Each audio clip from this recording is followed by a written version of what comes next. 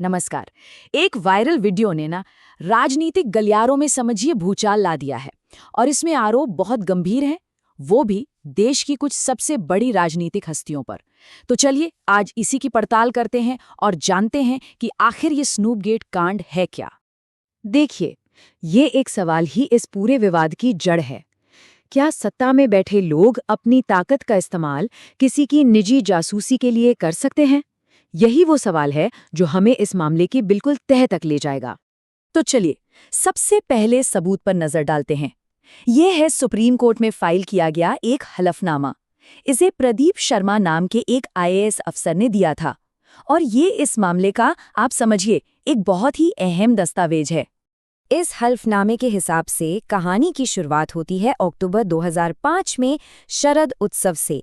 यहीं पर एक महिला आर्किटेक्ट की मुलाकात उस वक्त के मुख्यमंत्री से होती है। इसके बाद दावा है कि ईमेल्स और मैसेजेस का सिलसिला शुरू हुआ और फिर बात मार्च 2006 में एक कथित सीक्रेट मुलाकात तक पहुंच गई। अब ये दावा देखिए कितना चौंकाने वाला है। हलफनामे में कहा गया है कि ये निजी बातचीत इतनी जरूरी हो गई थी कि उनके लिए कथित तौर पर सरकारी मीटिंग्स तक बीच में छोड़ दी जाती थीं। मतलब सीनियर अधिकारियों के साथ चल रही बैठक छोड़कर निजी तौर पर बात की जाती थी। हल्फनामे में महिला के मुख्यमंत्री आवास में इस कथित गोपनीय तरीके से रुकने को लेकर बड़े सनसनीखेज दावे हैं। मतलब एयरपोर्ट से कौन लाएगा, फोन बंद रखना है, घर में एंट्री पिछले दरवाजे से होगी और तो और कहाँ ठहराया जाएगा, इसकी भी पूरी डिटेल दी गई है। और मामला तब और भी ज्यादा गंभीर हो जाता है जब हलफनामे में ये कहा गया है कि बीमार पड़ने पर भी डॉक्टर को नहीं बुलाया गया। और वजह सिर्फ एक थी, महिला की मौजूदगी को हर हाल में हर कीमत पर गुप्त रखना था। अब बात करते हैं दूसरे और शायद सबसे सनसनीखेज सबूत की, ऑडियो टेप्स। ये वो कथित फोन रिकॉर्डिंग्स हैं जिन्होंने इस पूरे मामले में जैसे आग ही लगा दी। जरा इस नंबर पर गौर कीजिए, 267। सिर्फ 2 महीनों में, मतलब अगस्त से सितंबर 2009 के बीच, उस वक्त के गृह मंत्री अमित शाह और पुलिस अधिकारी जीएल सिंघल के बीच 267 फोन कॉल्स का दावा है। ये नंबर अपने आप में बताता है कि ये बातचीत कितनी लगातार और कितनी जरूरी रही होगी। तो इसी पूरे विवाद को मीडिया ने नाम दिया स्नूपगेट। यही नाम एक महिला की कथित अवैध जासूसी से जुड़े इस पूरे मामले की पहचान बन गया। ऑडियो टेप्स में कथित तौर पर अमित शाह का एक सीधा निर्देश सुनाई देता है कि किसी भी हालत में वो मुंबई नहीं पहुंचनी चाहिए। इससे साफ पता चलता है कि महिला की हर एक मूवमेंट पर कितनी पैनी नजर रखी जा रही थी। इन टेप्स में ना बार बार एक साहब का जिक्र आता है।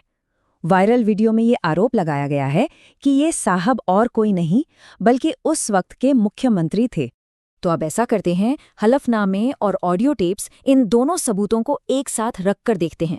जब हम ऐसा करते हैं तो आरोपों के मुताबिक एक बहुत बड़े पैमाने पर चले निगरानी ऑपरेशन की पूरी तस्वीर उभरकर सामने आती है। सबसे गंभीर आरोप पता है क्या है?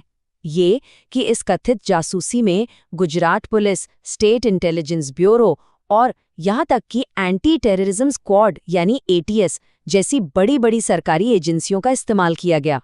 अगर सीधे और आसान शब्दों में कहें तो आरोप ये है कि सिर्फ एक व्यक्ति की निजी जासूसी करने के लिए पूरे के पूरे सरकारी तंत्र का गलत इस्तेमाल किया गया।